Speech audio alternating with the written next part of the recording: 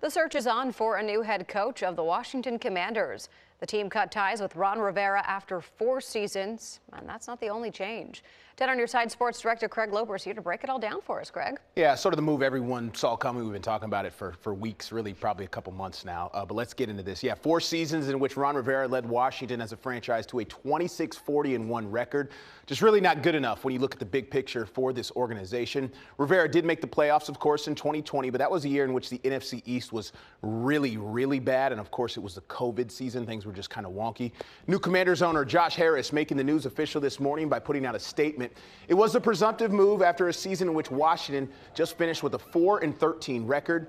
What's interesting is we talked about the firing at 4 o'clock. We also found out today that part of the new search for a head coach is actually going to involve that guy right there in the sunglasses, Bob Myers, a longtime NBA executive for the Golden State Warriors.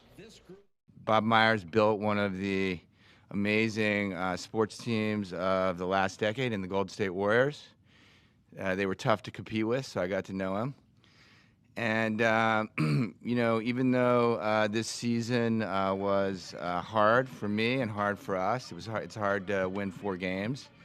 From my point of view, we are coming out of this with poised for a great future.